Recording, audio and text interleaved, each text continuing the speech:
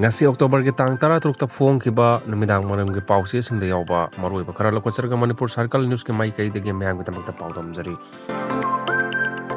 ahan mada pawmel khon pause de lokwa chare asi baksang ani leramle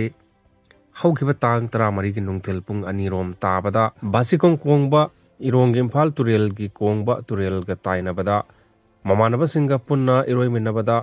ising da irak na khibadagi thiba khangdana lerakhiba कुंबीदगी हौजिकना ककवा लमदाइबुंगी आसान मयुम आमादा लैबा लोंगजम कांत सहित्रा ने थोय अपोकपा Longjam Kumar ngasi लिरोंग थोंखादा असि बाक्सांग ओइना फंखरे नाकलमरोमदा ngasi अयुक classic hotel की मायोकनाबदा लैबा कंगला पातर नुपीगी असि बाक्सांग अमा लेरमबदगी पुलिसना लखटखरे हाइरि अंगांग अमगी खनाउदा ngapemma जोंगसिनखिबदगी लाइकनाबा ngamdana leikhidre lamdamasida yamna tangna thokpa thodok ama oina ngarang numidang weram khangabok maisram lekaidagi subnatagi tha nipan mapalom tangai riba nupi masa ama ngapemma hairi manga masa asi angangi Khounao da Ngapemma laikana bangamdana leikhidre hairi thodok atuda leikhidra ba angang atugi maming thoihenba aseng maming nate apokpa Comanthem maintain apokpi puja kawi hairi angang adu mabok loinana yimthang na bada leiba yum amada punna chamin nakhibaga loinana yum madugi mioi amana lobuk-tagi nga pharuraga halakpada nga sing adu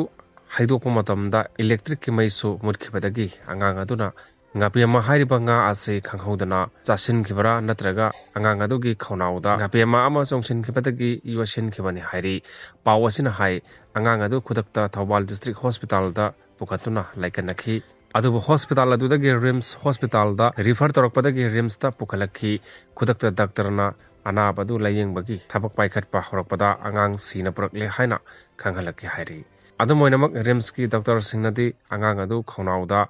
palamba nga adudi lokthokhi hairi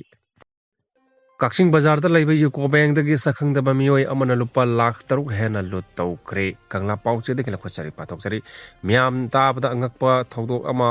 oina gari masada lakpa mioi amana kaksing da laiba yuko bank dagi yamlaba senpham jing lut toukhre hairi pawasina hairi ba dinga sinung thilpung 3 minute manga rom ta bada Kaksing police ki manung chanba Kaksing bazar da laiba khonang mari phangba haina khangnaba mafam aduda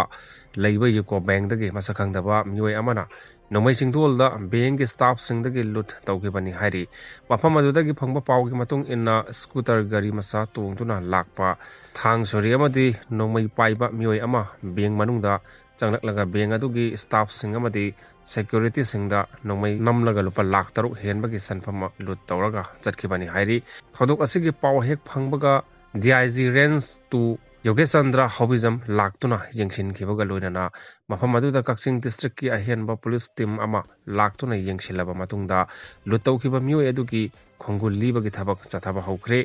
afa apun gi pawdi leitri hairi